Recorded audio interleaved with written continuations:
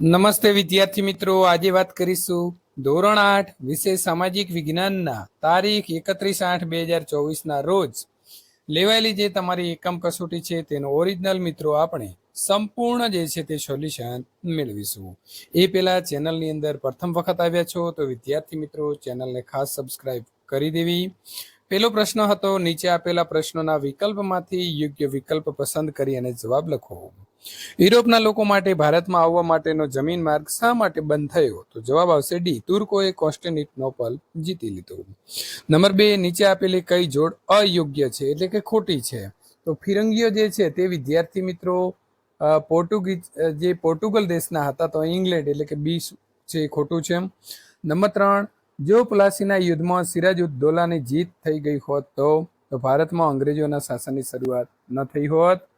નીચે આપેલું કયું વિધાન સાચું છે? તો આવશે સી, ટોમ્સ રોએ જહાંગીર પાસેથી ભારતમાં વેપાર કરવાની પરવાનગી મેળવી હતી. નીચે આપેલી કઈ જોડ યોગ્ય છે? તો ઈસવીસન 1664માં ફ્રેન્ચ ઈસ્ટ ઇન્ડિયા કંપનીની સ્થાપના. નંબર 6, નીચે આપેલા વિધાનો પૈકી કયું વિધાન ખોટું છે? તો લિસ્બન બંદર જે છે તે મિત્રો ઇંગ્લેન્ડની પણ પોર્ટુગલ દેશમાં આવેલું છે. મૈસૂર વિગ્રહ બાબતે કયું વિધાન સાચું છે? તો ડી, ચોથા મૈસૂર વિગ્રહમાં ટીપુ સુલતાન વીરગતિ પામ્યા. કોર્નવાલિસે સંધિ સેવાઓ શરૂ કરી હતી, તો વોરન હેસ્ટિંગે ન્યાયતંત્રની શરૂઆત કરી હતી. પ્લાસીનું યુદ્ધ તો અંગ્રેજો અને સિરાજુદ્દૌલા વચ્ચે થયું. તો સાલબાઈની સંધિ કોની વચ્ચે થઈ હતી? તો મિત્રો મરાઠા અને અંગ્રેજોની વચ્ચે થઈ હતી. ફોર્ટ વિલિયમ કોલેજ ક્યાં આવેલી છે? તો કલકત્તા. રૈયતવારી પદ્ધતિ થોમ્સ મુનરોએ લાવ્યા હતા, તો મિત્રો મહાલવારી પદ્ધતિ હોલ્ટ મેગેન્જી એટલે કે ડી આવશે. ગળીના ઉત્પાદન બાબતે નીચેનામાંથી કયું વાક્ય સાચું છે? તો એ, ગળીનો છોડ ગરમ પ્રદેશમાં થાય છે. નંબર 13, ભારતમાં પોર્ટુગીઝોની રાજધાની કઈ હતી? તો આવશે સી, ગોવા. નંબર 14, કઈ યુરોપિયન પ્રજા સાગરના સ્વામી તરીકે ઓળખાતી હતી? તો પોર્ટુગીઝ. પ્રશ્ન નંબર મિત્રો 15, બિરસા મુંડા બાબતે નીચેનામાંથી કયું વિધાન સાચું છે? તો ડી, બિરસા મુંડાનું અવસાન કોલેરાની બીમારીથી થયું હતું. પ્રશ્ન નંબર 16, યુરોપમાંથી ભારત આવનારી પ્રજાને યોગ્ય ક્રમમાં ગોઠવો. તો એ, પોર્ટુગીઝ, ડચ, અંગ્રેજો અને ફ્રેન્ચ. જમીન મહેસૂલ વસૂલ કરવાનો ઇજારો કોને મળતો હતો? તો જે ઇજારદાર કંપનીને વધુ બોલ આપવા માટેની રકમ જે છે તેની બોલી લગાવે તેને. પ્રશ્ન નંબર 18, નીચે આપેલી કઈ જોડ અયોગ્ય છે એટલે કે સાચી છે? તો આવશે લબાડિયા સમુદાય, આંધ્રપ્રદેશ. 18મી સદીની અંદર ઇંગ્લેન્ડમાં કાચું રેશમ કયા દેશોમાંથી આવતું? તો સ્પેન અને ઇટાલી. અન્નના ભંડાર તરીકે ઓળખાતું બંગાળ કઈ રીતે કંગાળ બન્યું? તો કાયમી જમાબંધીથી. ખાલી જગ્યા પૂરો. ગ્રામ અથવા ગામ અથવા તો ગ્રામનો સમૂહ માટે કયો શબ્દ પ્રયોગ થતો? તો મહાલ. 15મી સદીની અંદર યુરોપમાં નોંધપાત્ર સામાજિક અને ધાર્મિક પરિવર્તનો થયા, જેને આપણે નવજાગૃતિ કહીએ છીએ. ભારતમાં યુરોપિયનનું આવવાનું કારણ વેપાર હતું. ફ્રેન્ચોએ ઈસવીસન મિત્રો 1668માં સુરત ખાતે પ્રથમ કોઠી સ્થાપી. પાણીપત ત્રીજાના યુદ્ધમાં પરાજયના કારણે મરાઠા સામ્રાજ્યનું વિભાજન થયું. પોલીસ તંત્રની શરૂઆત ગવર્નર જનરલ કોર્નવાલિસે કરી હતી.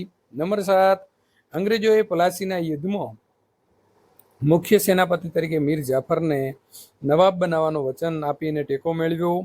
કપાસ એ પશ્ચિમ ભારતનો વેપારી પાક છે.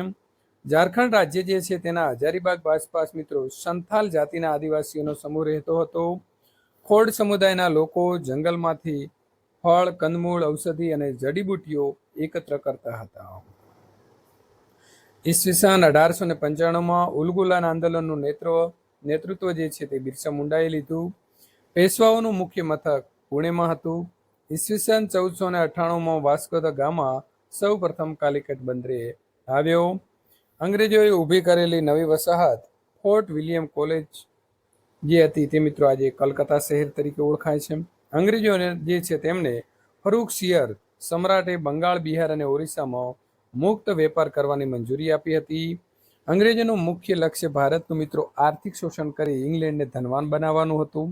સંધિ ધારા અંતર્ગત ભારતની અંદર ગવર્નર જનરલ જે છે તેની મિત્રો નિમણૂક કરવામાં આવતી. અંગ્રેજોએ બક્સરનું યુદ્ધ મેજર મનરોના નેતૃત્વ નીચે લડાયું હતું. અંગ્રેજોએ ન્યાયતંત્રની અંદર દીવાની અને ફોજદારી એમ બે પ્રકારના કોર્ટ જે છે તેની સ્થાપના કરી હતી. સંથાલ આદિવાસી સમૂહો રેશમના કીડા જે છે તે ઉછેરતો હતો. પ્રશ્ન નંબર 3 મિત્રો ટૂંકનો જ લખો. પ્લાસીનું યુદ્ધ. તો આપણે વિદ્યાર્થી મિત્રો અહીં સંપૂર્ણ સમજૂતી સાથે પ્લાસીનું યુદ્ધ જે છે તેની સમજૂતી આપી દીધી છે. તમે આ પ્રકારે લખી શકશો. ત્યાર પછી બિરસા મુંડા. તો બિરસા મુંડા જે છે તેનો પણ મિત્રો આપણે પરિચય જે છે તે અહીં લખી દીધો છે. તમારે આ પ્રકારે લખવાનો રહેશે. મરાઠા યુદ્ધ. તો મરાઠા જેના મિત્રો યુદ્ધ થયા છે એના વિશેની માહિતી આપણે અહીં આપી દીધી છે. કાયમી જમાબંધી. તો એની પણ માહિતી જે છે તે વિદ્યાર્થી મિત્રો અહીંથી જોઈને લખી શકશો. ભારતમાં ગળીનું ઉત્પાદન જે બે પ્રથાથી થતું હતું તેની પણ માહિતી આપી દીધી છે. હવે વાત કરીશું પ્રશ્ન નંબર 4 માગ્યા મુજબ તમારે જવાબ આપવાના છે. તફાવત આપો. કુદરતી સંસાધનો. તો કુદરતમાંથી મળતા અને વધારે પ્રક્રિયા વિના ઉપયોગમાં લઈ શકાય તેવા સંસાધનોને કુદરતી સંસાધન કહે છે. ઉદાહરણ તરીકે મિત્રો હવા, પાણી અને જમીન.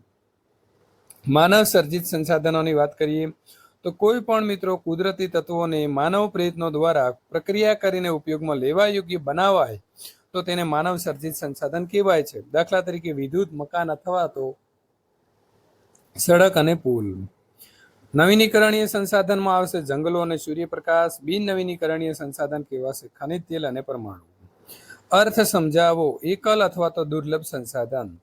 તો સમગ્ર વિશ્વની અંદર જવેલે જ એક અથવા તો બે જગ્યાએથી મળી આવતા ખનિજો એકલ અથવા તો દુર્લભ સંસાધન તરીકે ઓળખાય છે. ઉદાહરણ તરીકે મિત્રો યુરોપના ગ્રીનલેન્ડમાંથી મળી આવતો ક્રાયોલાઇટ ખનિજ. તફાવત મિત્રો તમારે આપવાનો છે. પુનઃ પ્રાપ્ય સંસાધન અને અપ્રાપ્ય સંસાધન.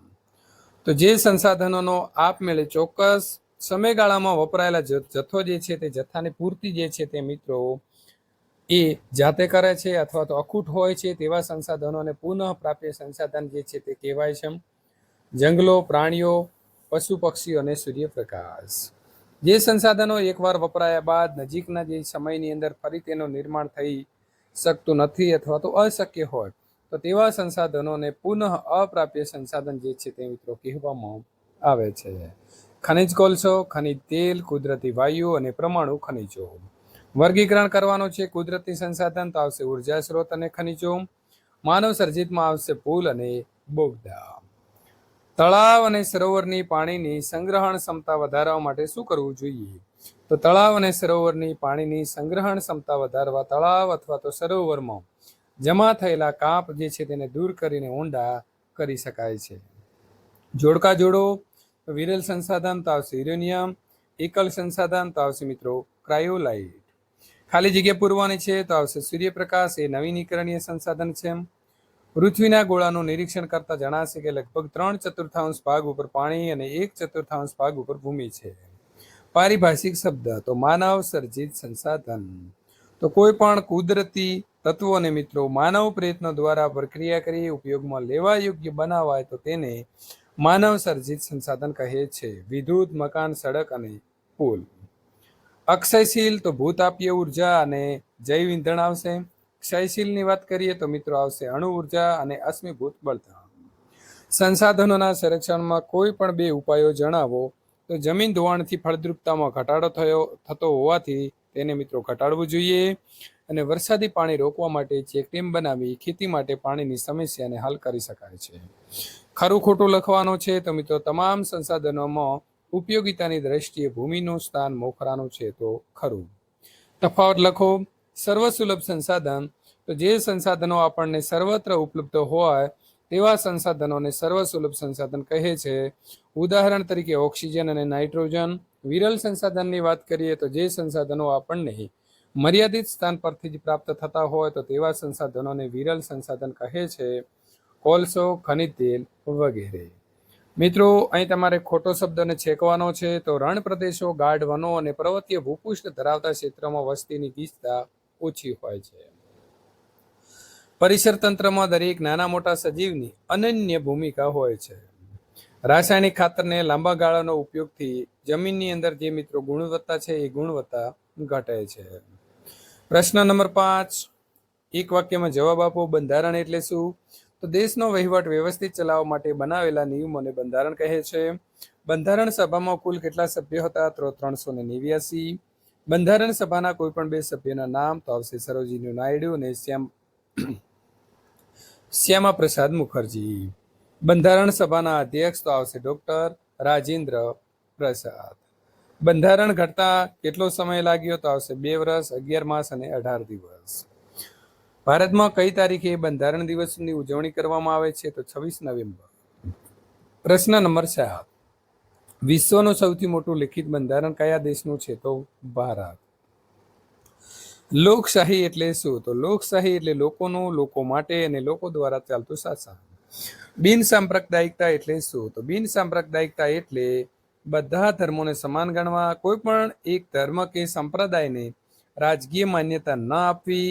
બિન સાંપ્રદાયિકતાની અંદર સર્વ ધર્મ સમદ્રષ્ટિ અને સર્વ ધર્મ સમભાવનો સિદ્ધાંત આપ્યો છે. પ્રજાસત્તાક રાષ્ટ્ર એટલે શું? તો પ્રજાસત્તાક એટલે જેમાં સત્તા લોકોના હાથમાં હોય, જેમાં પ્રત્યક્ષ અથવા તો પરોક્ષ રીતે લોકો દ્વારા ચૂંટાયેલા પ્રતિનિધિઓ વહીવટ સંભાળતા હોય. રાષ્ટ્રના વડાનું સ્થાન રાજાશાહીની જેમ વંશ પરંપરાગત ન હોય તેવું રાષ્ટ્ર એટલે પ્રજાસત્તાક રાષ્ટ્ર. સંઘ રાજ્ય એટલે શું? તો જુદા જુદા રાજ્યનો બનેલા સંઘને સંઘ રાજ્ય કહે છે. ભારતનું બંધારણ કઈ તારીખે ઘડાઈને તૈયાર થઈ ગયું હતું? તો 26 નવેમ્બર 1949. કયા હકને બંધારણનો આત્મા તરીકે ઓળખવામાં આવે છે? તો બંધારણીય ઇલાજોના હકને બંધારણના આત્મા તરીકે ઓળખવામાં આવે છે. ભારતમાં નાગરિકની કુલ કેટલી મૂળભૂત ફરજો છે? તો 11. ભારતના નાગરિકોને કોઈ પણ 2 મૂળભૂત ફરજો લખવાની છે. તો બંધારણને વફાદાર રહેવાની અને તેના આદર્શો તથા સંસ્થાઓનો, રાષ્ટ્રધ્વજનો અને રાષ્ટ્રગીતનો આદર કરવાની. ભારતના સાર્વભૌમત્વ, એકતા અને અખંડિતતાનું સમર્થન કરવાની અને તેનું રક્ષણ કરવાની. બંધારણ ઘડતરની પ્રક્રિયાની અંદર વિવિધ વિષયોની કુલ કેટલી સમિતિઓની રચના કરવામાં આવી હતી? તો 23. બંધારણના ઘડવૈયા તરીકે કોને ઓળખવામાં આવે છે? તો બંધારણના ઘડવૈયા તરીકે ડોક્ટર ભીમરાવ આંબેડકરને ઓળખવામાં આવે છે. બંધારણ સભાના 2 પ્રતિનિધિઓના નામ તો ડોક્ટર ભીમરાવ આંબેડકર અને ડોક્ટર રાજેન્દ્ર પ્રસાદ. ભારતમાં બંધારણનો અમલ કઈ તારીખે થયો? તો 26 જાન્યુઆરી 1950. બંધારણની શરૂઆત કઈ બાબતથી થાય છે? તો આમુખથી થાય છે. વિદ્યાર્થી મિત્રો, આ પ્રકારના સંપૂર્ણ સોલ્યુશન મેળવવા માટે ચેનલને ખાસ સબસ્ક્રાઇબ કરી તમારા મિત્રો સુધી વિડીયોને શેર કરવાનું ભૂલશો નહીં.